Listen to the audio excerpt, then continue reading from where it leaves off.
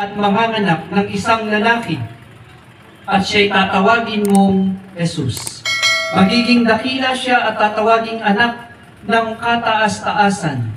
Ibibigay sa kanya ng Panginoong Diyos ang trono ng kanyang amang si David. Maghahari siya sa angkan ni Jacob magpakailanman, at ang kanyang paghahari ay walang hanggan. Paano mangyayari ito? Gayong ako'y dalaga, tanong ni Maria. Sumagot ang anghel, bababa sa iyo ang Espiritu Santo, at lililiman ka ng kapangyarihan ng kataas-taasan. Kaya't banal ang ipanganganak mo, at tatawaging anak ng Diyos. Natatandaan mo ang iyong kamag-anak na si Elizabeth?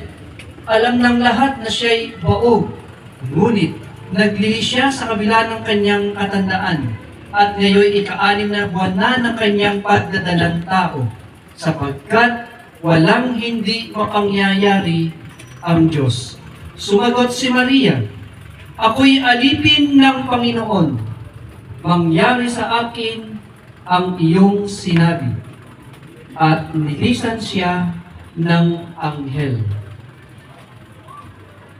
Ang mabuting balita ng Panginoon. Pinupuri ka namin, Panginoong Hesus.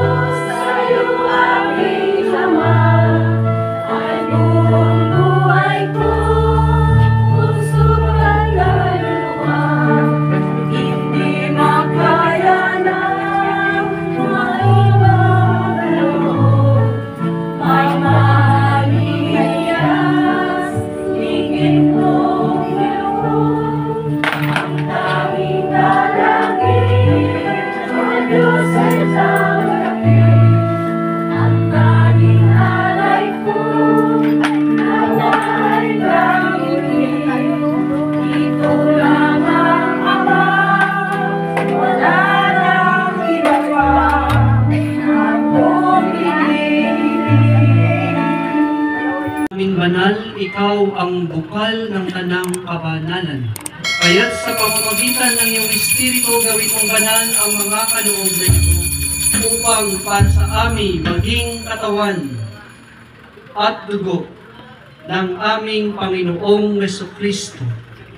Bago niya pinagtiisang usang loob na maging handog, hinawakan niya ang tinapay. Pinasalamatan kaniya.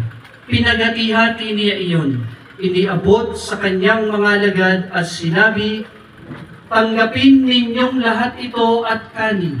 Ito ang aking katawan na ihahandog para sa inyo.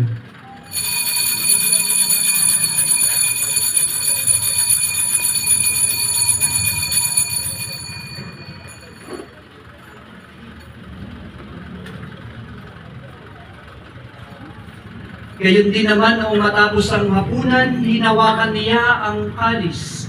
Muli kanyang pinasalamatan. Iniabot niya ang kalis sa kanyang mga alagad at sinabi, "Tanggapin ninyong lahat ito at inumin. Ito ang kalis ng aking dugo, ng bago at walang hanggang tipan. Ang aking dugo na ibubuhos para sa inyo at para sa lahat, sa ikapagpapatawad ng mga kasalanan.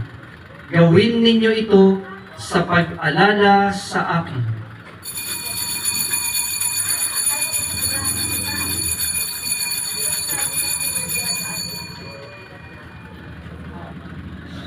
Mga kapatid, narito ang Panginoong Jesucristo. Ito ang order ng Diyos. Ito ang nag-aalis ng mga kasalanan ng sanlibutan. Mapalad ang mga inaanyayahan sa kanyang piging. Panginoon, hindi ako karapat-dapat na magpatuloy sa iyo, ngunit sa isang salita mo lamang ay gagaling na ako. Pagsanggalang mga tayo ng katawan at dugo ni Kristo para sa buhay na walang Amen. Amen.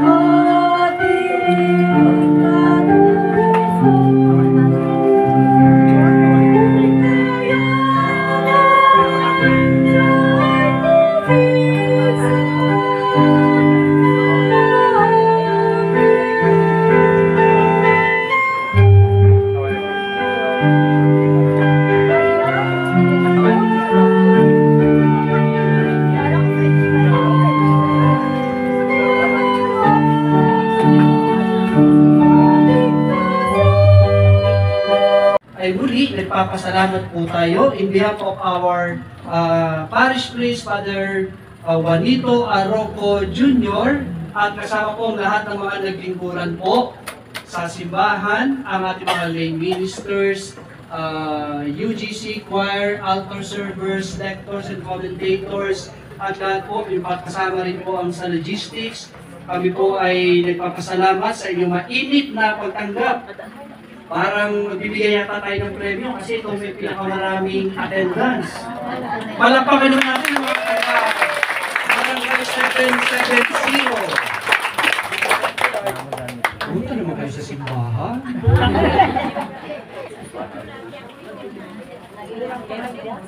Talaga? Kaya sana ganito lagi marami. Anyway, sino po ang may-ari nitong mantel na ito? Ha? Sino po yung may-ari?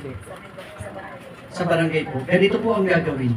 Pagkatapos po ng misa, ito po ay hindi kung saan dadalhin po. Ilagay po natin sa isang palanggana. Ito po ay ibababad natin ng 1 oras. Pagkababad po, ibigaan yung tubig po na pinagbabaran, hindi itatapon sa banggirahan. Ay, sa kitchen, alam yung banggirahan? Ito ay, yung tubig na pinagbabaran po nito ay ilalagay po, ididilig sa mga halaman. Okay po? Sapagkat itong mantel na ito ay nakadakupang palad ang ating Diyos sa pamamagitan ng alak at tinapay. Kaya hindi po natin basta-basta lang ito ilalagay doon sa ilalim ng cabinet. Sana po mamaya immediately po ilagay kaagad sa palanggana. Ibabad lang po. Kahit nga po hanggang bukas, and then bigaan, yung tubig ay ilagay sa idilig sa halaman. Mamaya po magbabasbas po.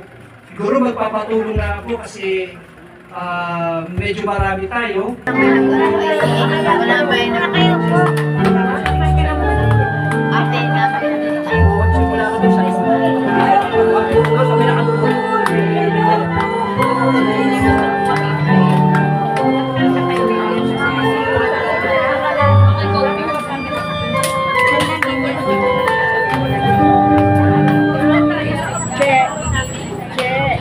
Picture kayo ni Father.